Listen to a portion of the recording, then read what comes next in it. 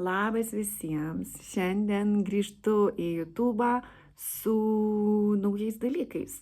Kilo tokia mintis, kad tėvams, net ir specialistams pagal paskutinius klausimus, kyla daug neaiškumų, ką daryti, kaip daryti, ar viskas gerai, ar yra norma, ar nėra norma.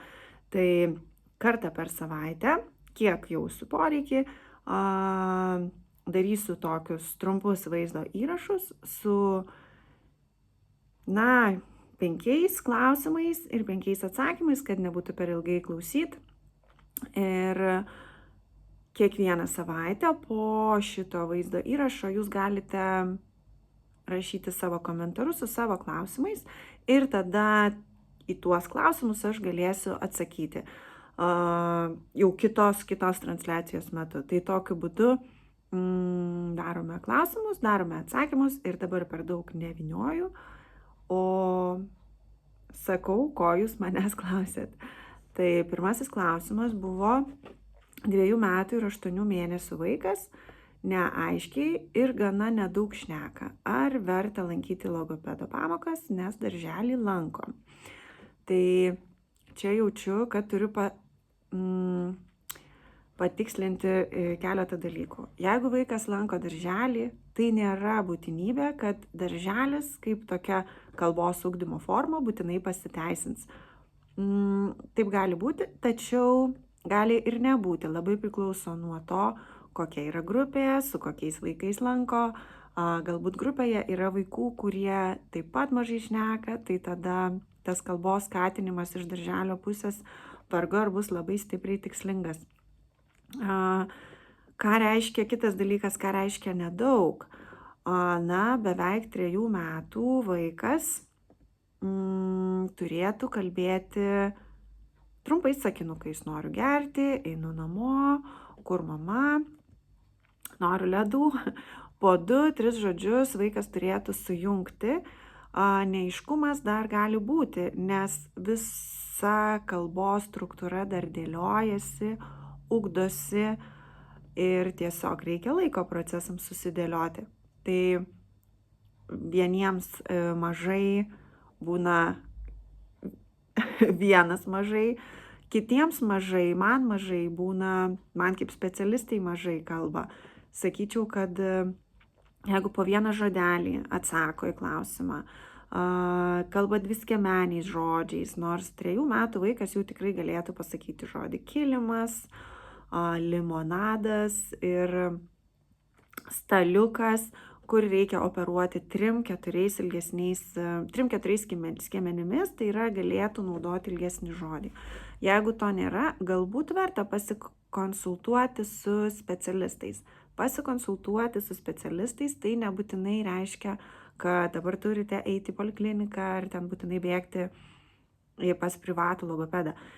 Juk taip pat ir darželiuose dirba specialistai. Aš manau, kad tikrai galite paklausti specialistės nuomonės, kuri, jeigu dirba darželėje, galbūt jį geriau pažįsta jūsų vaiką. Galbūt galėtų duoti jums konkrečių patarimų, ką daryti, kaip galbūt sumodeliuoti kalbą, kaip padėti. Dažniausiai pagrindiniai patarimai iš mano pusės, kas būna 2-3 metų vaikams, labai padeda lavinti kalbą, atmintį ir visus kitus reikalingus procesus, tai yra trumpų eilėraštukų mokymasis. Pavyzdžiui, mano batai buvo 2, vienas dingo nerandu ir taip toliau. Skrido oro lėktuvėlis, visos trumpos skaičiuotės, kurias patys žinote, tikrai būtų labai sveika išmokti, nes taip įjungiame atminties procesus. Kai įjungiame atminties procesus, įjungiame naujus žodžius, vaikas palengva tuos žodžius pradeda naudoti ir savo kalboje, o koks tikslas juk mūsų yra, kad vaikas ne tik galėtų pakartoti tos žodžius, tačiau juos gebėtų ir naudoti savo kalboje. Tad pagrindiniai patarimai būtų pasikonsultuoti su specialistu, kuris yra darželėje, kadangi lankote darželį, gauti patarimų, ką tiksliai galėtumėte padaryti dabar ir ar tikrai būtų šiuo metu tikslinga lankyti logopedo pamokas, o gal tiesiog galite daugiau pažaisti ar užsimti namuose, padėlioti, pakonstruoti, užduoti konkrečius klausimus. Taip, kitas klausimas buvo, 12 mėnesių berniukas labai mažai kalba. Kaip jam padėti? Vėlgi, čia yra toks 12 mėnesių yra toks momentas, kuomet mažyliai ar mergaitės ar berniukai tuo metu pradeda aktyviai judėti, vaikščioti, stotis, vaikščioti ir tada viso kūno sistema būna sukoncentruota į kūną. Tai yra į vieną labai svarbų procesą gyvenimą, tai yra vaikščiojimą. Ir dažnai kalbos procesai tuo metu tiesiog palėtėja, tokia kaip duobė būna. Ir dažnai tėvai skambina, klausia, rašo, o kas dabar čia lyg ir kalbėjo, lyg ir kažką bandė dėlioti, mama, tetė, niam, o dabar nieko nebėra, pradėjo mokytis vaikščioti ir tai yra visiška norma, nes vaikai tuo metu sukoncentruoja savo maksimalų dėmesį į fizinį veiksmą, tai yra ėjimą ir tas reikalauja labai daug pastangų.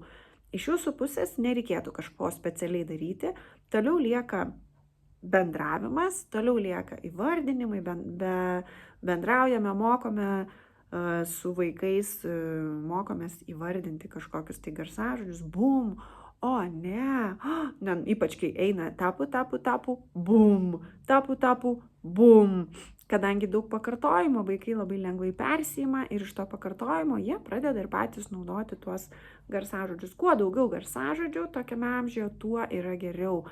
Tai nereiškia, kad vaikas turi sakyti, mama, noriu valgyti, būdamas 12 mėnesių. Ne, tačiau garsažodžius, gebėti įvardinti, ką jis girdi, ten, nežinau, tuk, kažkas pabeldė, din, don. Tai nebūtinai turi būti teisingai, taisyklingas tarimas, tačiau turėtų būti kuo daugiau garsų naudojami raidžių, turiuomenį, taip paprasčiau pasakykime, raidžių naudojame garsažodyje, tuo lengviau vaikui iš tų garsų sudėlioti skiemenį ir tada operuoti skirtingais skiemenimis ir galiausiai pasakyti metų.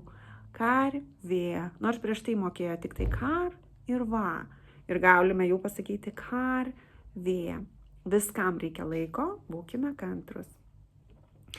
Trečias klausimas buvo toks. Vaikui 4,5 metų ir garsai beveik nesiskiria. Iki kada tai yra norma? Ar per silpni liežuvio raumenys? Pirmiausia, atsakysiu apie normas. Įprastai būdavo sakoma, kad vaikas iki 4 metų turėtų išdiferencijuoti visus garsus išskyrus R. Tačiau keičiantis vaikams ir vėlėjant kalbos raidai, tai yra vėlėjant kalbiniams procesams, vėlėjant kalbos atsiradimui, natūraliai vėlėja ir garsų atsiradimas. Tai jeigu kažkur pamatėte kažkokio lentelėje, kad vaikas būdamas 4 metų turėtų mokėti ištarti ž grupę garsų diferencijuoti, tai dar nereiškia, kad jūsų vaikas būtinai tą ir turi padaryti. Čia yra keli dalykai. Garsų tarimui ne visada atsakingi yra raumenys, liežuvio turiuomenį. Nebūtinai silpnas liežuvio raumuo, silpnas, stiprus, ne viską daro tik liežuvis. Kad galėtume tarti įvairius garsus, mums reikia liežuvio padėties, mums reikia pūtimo ir mums reikia garso suvokimo. Tai yra tai, ką atsakiau prieš tai klausimuose, kad vaikui svarbu mokėti garsažodžius, vaikui svarbu yra žinoti garsus, kaip kas sklinda, kad vaikas gebėdamas suvokti garsą, kaip tokį garso suvokimą, galėtų jį perkelti ir į raidės suvokimą, tą foneminę klausą, kad vaikas gebėtų atskirti, kur yra š, jis turi gebėti suvokti skirtumą, kas yra teisinga, ar pasakyti saga, ar pasakyti šaga, kaip yra teisingai suo ar šuo, kuris variantas yra teisingas. O čia jau niekaip negali būti atsakingi liežuvio raumenys, nes čia yra atsakinga yra galva, tai yra atsakingas yra foneminis vaiko suvokimas, kaip jis geba suvokti fonemą, kaip jis gali suvokti garsą. Tai kiek tai yra norma ir kiek tai nėra norma konkrečiu atveju atsakyti aš dabar negaliu, nes aš nežinau, kas čia bus atsakingas. Ar čia yra liežuvis, ar čia yra pūtimas, ar čia yra raumuo, ar pūtimas, o gal viskas, o gal tas garso suvokimas. Tai kiekvienu konkrečiu atveju dėl garsų geriausia konsultuoti su specialistais ir tada jau sužinoti, ar pravartu yra daryti mankšteles, ar pravartu atlikti pūtimo pratimus, o gal reiktų tiesiog daugiau skiemenuoti, žaisti žaidimų, koks pirmas garsas, koks paskutinis garsas, ar girdėjai tą garsą, ar negirdėjai tą garsą. Tai šitą sukonkretinti, kad nedaryti visko, ko reikia ir ko nereikia, galima tiesiog pasikonsultuoti su specialistais. O kartais reikia daryti viską. Tai pakankamai platu yra atsakyti, kiek tai yra norma ir kiek tai nėra norma. Ir liežuvio raumenų darbo atsakyti irgi sudėtinga. Šiaip, kad vaikas galėtų ištarti garsą š, turi būti pūtimas į priekį, turi gebėti liežuvis pasikelti aukštyn, nes labai dažnai vaikų š būna ir tada ypač nesiskiria š ir eina į žandą, tai yra tas šoninis pūtimas, kai liežuvio raumuo šiuo atveju neatlaiko liežuvio šonai oro srovės ir jie subliūkšta ir oras išeina į šoną.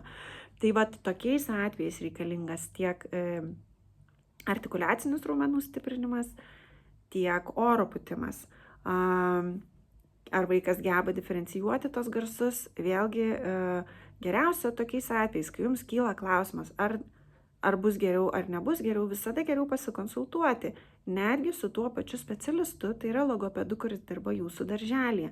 Tiesiog pasitikslinkit, ar dabar jau reikia pagalbos, ar dar mes turime laiko, o gal vaikas vėliau pradėjo kalbėti ir visi procesai kalbiniai tiesiog vyksta vėliau. Ir pasivyti, reikia laiko. Jeigu vėliau pradėjau apskritai operuoti skirtingais skiemenimis, matė, kava, kovoja, tai aišku, kad vėliau ateis ir visas tas garsų taisyklingumas. Š, z, ž, dz, dž, ц, č, šitie visi garseliai. Tam reikia laiko. Jeigu reikia pagalbos, tuomet galite gauti konkrečių patarimų pagal konkretų vaiką. Gerai, dar vienas klausimas. Kaip padėti švepluojančiai mergaitė? Čia specialistas klausimas, nes, kaip ir sakiau, ne tik mamoms kyla klausimų, bet ir specialistams. Tai kaip padėti švepluojančiai mergaitei, kurios viršutinis gomurys labai siauras ir aukštas. Kaip specialistai dažnai mes susiduriam su įvairiais dalykais. Ne tiek gomurio, kartais gomurio situacija, kartais dantų pozicija. Daug yra dalykų, su kuo mums tiesiog prie ko reikia prisitaikyti. Tai, miela kolegė, reikėtų tiesiog žiūrėti, kiek keičiant liežuvio padėtį keičiasi garsas. Aš bent jau taip daryčiau, kiek keičiant dantų poziciją, keičiasi garsas, tas šveplavimas, jeigu tai yra tik tais š garsų nediferencijavimas, galbūt garsą š būtų galima pasukti, kažkurią vietą pakoreguoti liežuvio padėtį, gal dantų pozicijas, žandikaulio poziciją gal kažką keistų. Reikia žiūrėti, ar pučia į priekį. Su aukštu gomuriu lygiai taip pat turime ir taisyklingo tarimo, ir netaisyklingo tarimo.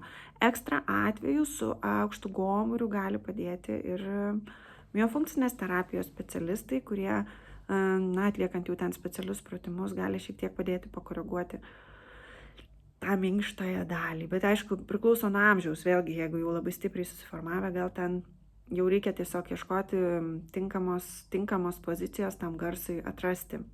Vėlgi, platu ir sunku tiksliai atsakyti. Ir dar vienas klausimas, vėlgi specialistės, kaip taisyti tarpdantinį stigmatizmą. Čia dabar norėčiau atsakyti tiek kaip kolegijai logopedijai, tiek kaip mamoms, nes labai dažnai šis sutrikimas yra net neatpažįstamas ir nesuprantamas tėvų, kai vaikai ateina pas logopedą mokytis tarti garsą R, pavyzdžiui, o garsas ir yra va čia va tarp dantų. Tai gali būti tiek šoninis tarimas, tai gali būti tiek tarpdantinis tarimas. Jis toks kaip ir panašus, bet jis nėra taisyklingas. Jeigu matote liežuvio padėtį va čia, vadinasi, tai nėra taisyklinga.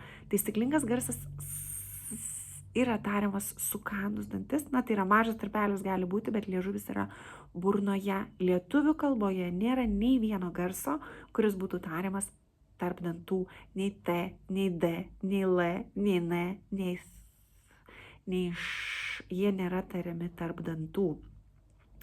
Tai, mieli tėveliai, jeigu jaučiate, kad vaikas taria, kažkaip keistai, kaip ir neblogai, bet kažkaip keistai, atkreipkite dėmesį, ar liežuvis nėra tarp dantų, nes tai nėra taisyklinga pozicija ir tas kenkia ir sąkandžiui, ir kai liežuvis va čia va pasyvus, tada mes iš to galime, sunkiai jau gauname tiek R, tiek Š, tiek Ž, nes liežuvis įpratęs gulėti.